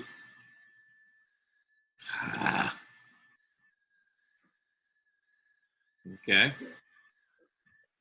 I have no idea what's. Why is it having such problems on the? This is the sketchbook that got me rejected from art school. In 2000, I was graduating high school, applying to colleges. I wanted to go to Sheridan College, which at the time had a really renowned animation program. They required a portfolio though, and I couldn't really draw. This was about the level of my drawing at 19 years old. That's my name. I think you can tell by the way I drew that I was trying to copy other art. You know, I didn't really understand it yet. Now look, I don't want to laugh at my 19-year-old self. This kid had hope. He just didn't have skill. Part of Sheridan's portfolio was a life drawing assignment. This is probably my first ever life drawing. Oh yes, Sheridan wanted us to draw a room in perspective. I had no idea how to draw perspective. The other assignment was they gave us a character design and had us draw expressions. This here is a tracing of the character they provided, and then that's my expression sheet around it. I was trying. I really tried. I sent them scanned copies of this portfolio, and of course, you know you don't get into a school when the envelope you get back is this thin. So yeah, I didn't get into Sheridan College. So that was 2000. Fast forward now 17 years, and Disney asked me to paint the book version of their Nutcracker film, and they wanted me to do it in my own painting style. I got to be brushy and expressive and do everything I love. I had so much fun working on these illustrations. The room is in perspective. Here's one of my favorite paintings from the book. This page here was more refined, more of a standard portrait. I had to use 17 years of art experience to get these poses just right. And of course, make them look like they had form and light and texture. Obviously, I learned a lot of lessons between this and this. And in this video, I want to account for them, where I learned things, when I learned things, and how I apply them to my work as a professional. This is some of my early CG work. It got me accepted into Ryerson University in Toronto. I did their film studies program. There was no drawing though.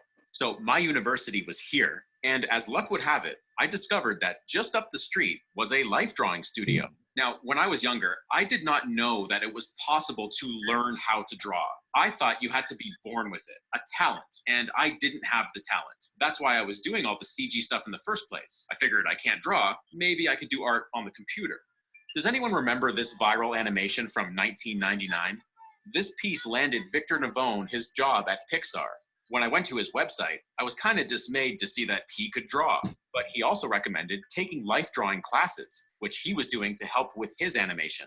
Now, when I went for my first life drawing session, nude model posing, I approached the drawings like this, you know, trying to get a finished contour right off the bat. My drawings were failures. I wish I still had some of them to show you, but I mean, you've seen this. Anyway, the guy who owned the life drawing studio was Nick Kalislian, a fantastic artist. Go check him out. After seeing some of Nick's 3 to 5 minute life drawings, it became clear that my approach to drawing had to fundamentally change. Nick showed me how his teacher, Glenn Vilpu, would draw these things called gestures. And a gesture drawing wasn't supposed to look finished or pretty. It's a method of drawing designed to quickly capture the feel of a pose, and that's it. A gesture drawing can very quickly indicate things like weight, balance, and movement.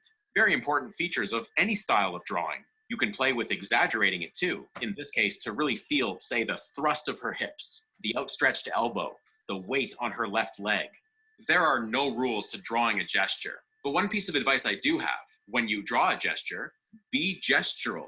Doing this will help you find the larger relationships within a pose. For example, the counterbalanced shoulders and hips here, and the graceful arc that connects them. Also, the related circular rhythm for the legs. And by the way, I am using the Wacom Cintiq Pro 32. What a piece of machinery. However, I only got this machine last week.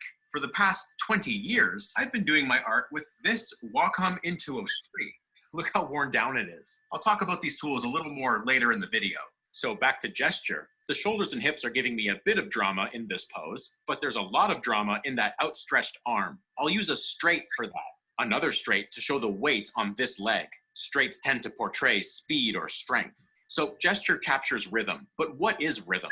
To me, rhythm is an abstract through line. It gracefully connects all the parts of a pose and helps ensure that together they add up to something. Gesture is present in so much good art. It just works under the surface. So I drew exclusively gestures for several months. Most of them have been long since thrown away, but here's a few I still do have. Gesture was the first real tool I had in my artistic development. Character-wise, you can explore anything with gesture, from a squirrel, to a wingless dragon, to a sword-wielding warrior, to Spider-Man. Gestures don't need style. They're not finished drawings. They're just information you use to proceed. Gesture drawing doesn't necessarily look impressive. I remember telling my parents I was learning to draw and showing them my gestures, and they were like, okay. But the next thing Nick introduced me to was breaking down the figure into basic forms. We would put a piece of tracing paper over a photograph of the figure, and we would reconstruct it with boxes and cylinders. Look at how the box for the torso here captures the twist in the body. I'll throw a center line down that box to further help me understand the dimension. Then the arms we would construct with 2 cylinders. Then we would square those off. In this way, you're understanding both the roundness and the planes of the arm. Often we would draw through the geometry. See those ghost ellipses going behind the leg? And this is how we come up with very 3-dimensional drawings. This was part of an informal class that Nick was teaching. It was 3 hours a week for 6 weeks. It's the closest thing I ever had to art school. So you take the gesture, you take the form, and mash them, and my drawing started looking like this. Remember, I started from here, and this is about a 3-year timeline. To get there, I want to show you a recreation of my process at the time. I'm mapping out the gesture, shoulder lines, hip lines, the rhythm that connects them, then extending those rhythms through the limbs. Then I would start working out volumes, but I wouldn't do it quite as rigidly as the demo I just showed you. I am drawing 3-dimensional cylinders and boxes, but I'm trying to respect the gesture. You know, keep it intact while adding these more rigid forms. So this is what my life drawings looked like for about 1.5 years. Okay, that's actually not quite true. They looked more like this. Same philosophy, but poorer execution. That was my very first drawing done with a tablet. You see, in 2003, I was convinced I could become a professional artist. It was a huge moment for me. So I went out and bought a tablet. I chose Wacom because, hey, it's the industry standard. Trust me, I've tried them all. It is pronounced Wacom, by the way, not Wacom or Wacom. Wa in Japanese means harmony, and com, computer, harmony computer. So anyway, these drawings, done about a year later, do have one more element at play: shapes. Shape is the fundamental that packages all the information and delivers it to the viewer in a digestible way. I studied a lot of animators' drawings in my early years. In this rough pass, look at how the attitude of the character is fully worked out in gesture perfectly. Compare that to the next pass, which has all the shapes designed. It gains sophistication, but the feeling was established before this. Let's do a little comparison. Take the arm, for example. In the gestured arm, it's almost perfectly symmetrical here and here. That's because the design hasn't really been considered yet. Now in the shape stage, we're solving a very different problem. We usually don't want repetition or symmetry, but we do want to retain a cohesive flow. Good shapes do have a flow to them. This book came out in 2001, and I was instantly obsessed with Claire Wendeling's shapes. But let's not get distracted by the cool subject matter. Take something more mundane. Perfect. I'm studying the shape by breaking my strokes into segments. There's a subtle S curve here, followed by a hook, which is then followed by a sweeping C curve, another hook, another C curve, and then a subtle S curve at the end to mirror the beginning. It's poetry. So even though this is traced, it's a method I would use to study shapes. Here's another simple. Hey, my name is Daniel. It's Daniel again.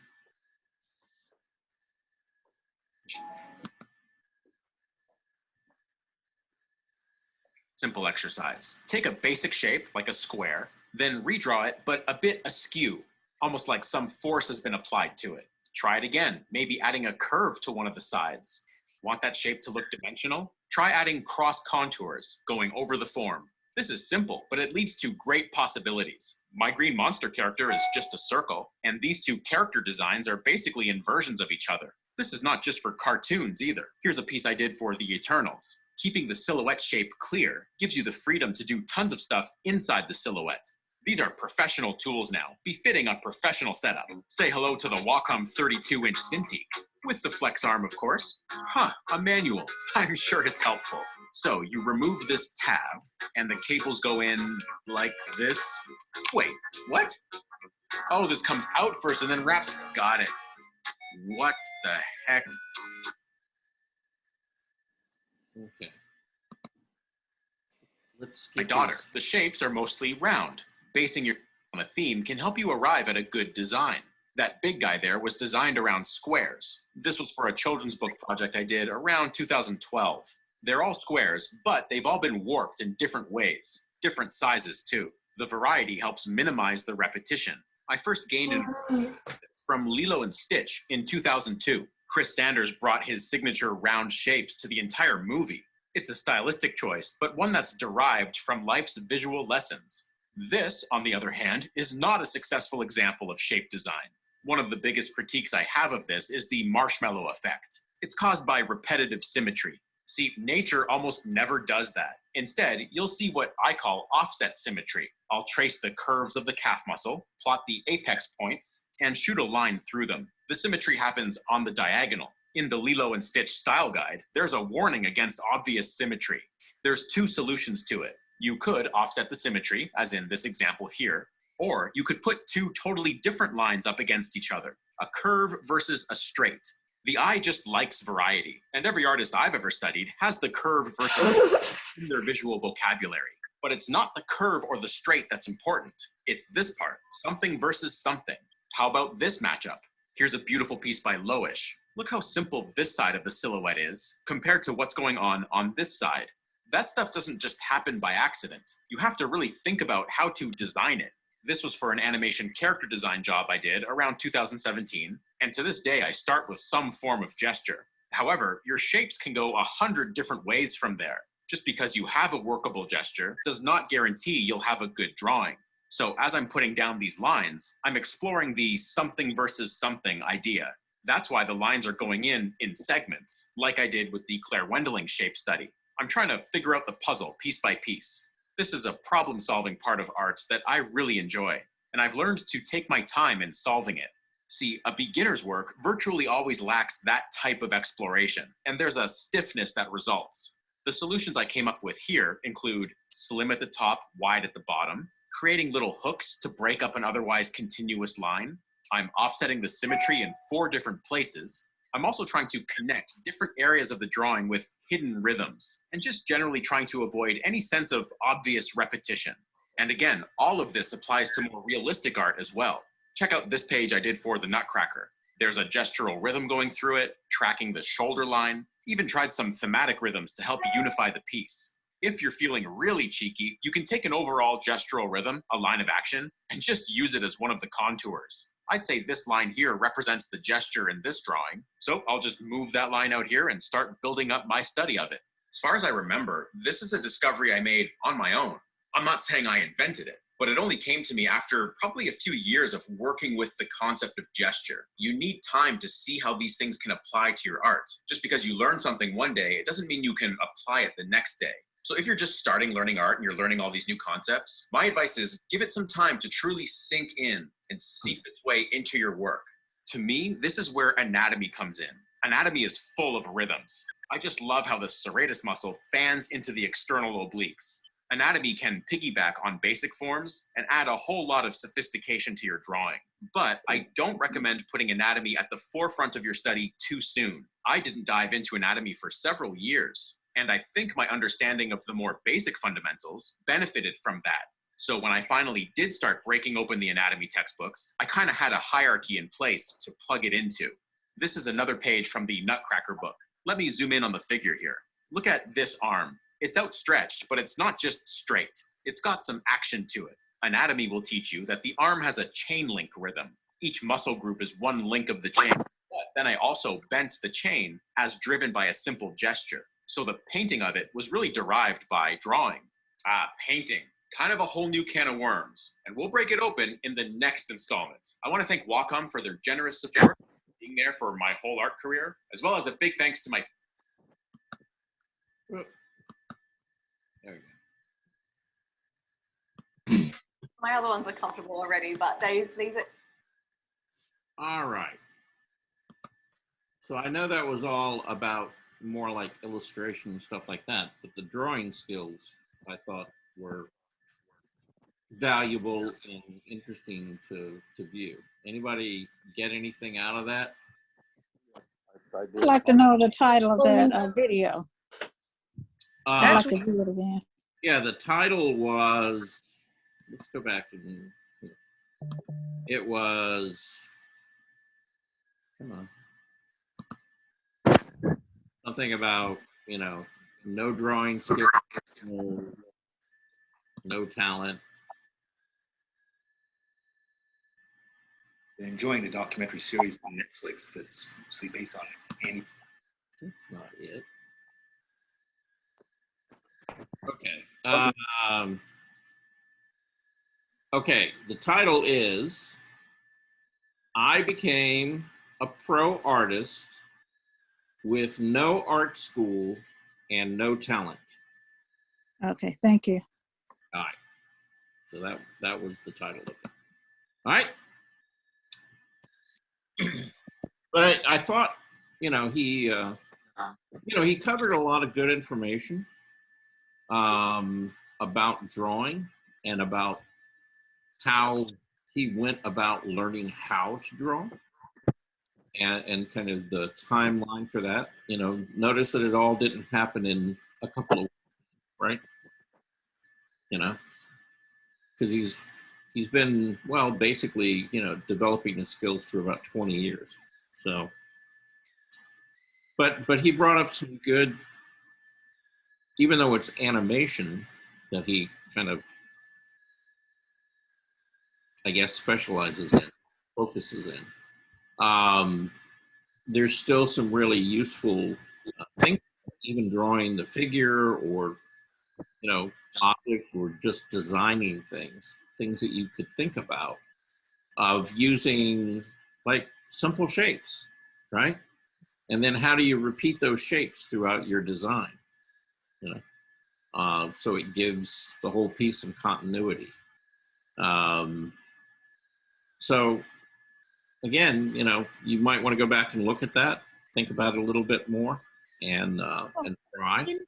You know, Charles, a couple of weeks ago, you were discussing the gestural movements, and you did I think a drawing, and you did it gesturally, and then you blocked it off. You were teaching something. I forgot what somebody asked, I think, but you blocked it off like in the arm, and you showed like he did the thickness as well as the gesture on it. Mm-hmm. It was literally this very similar. Yeah, yeah. Well, at the end of the day, most artists, you know, who have been doing this for a while, kind of go through that same process. You know, because what you're doing is you can't figure everything out everything at once. You know, so you start with a gesture to get the movement and kind of the length, you know, of the limb or whatever, and how it's kind of moving. You know, and then you start off with, you know, the big blocky shapes. And then from there, you know, you can begin to, if you have any knowledge of the actual anatomy, you know, then you can kind of add that in. And so it's like peeling an onion, you know, it's layer by layer. So, and then the same thing works, you know, if you're painting, as if you're drawing.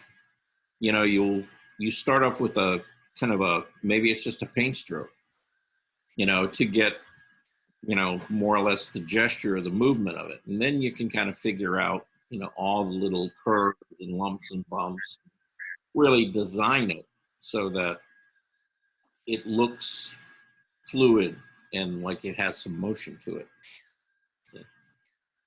And you can either,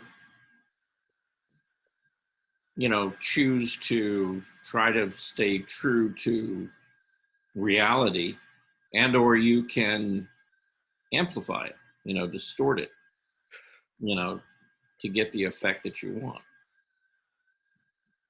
You know, if you look at drawings by like somebody like Sargent or Degas, you know, they distorted things all the time, you know, and over exaggerated things to get a particular feeling, you know, to the drawing, some kind of emotion, right, in it. And it's helpful. You know, you can't just copy it. So, anybody else?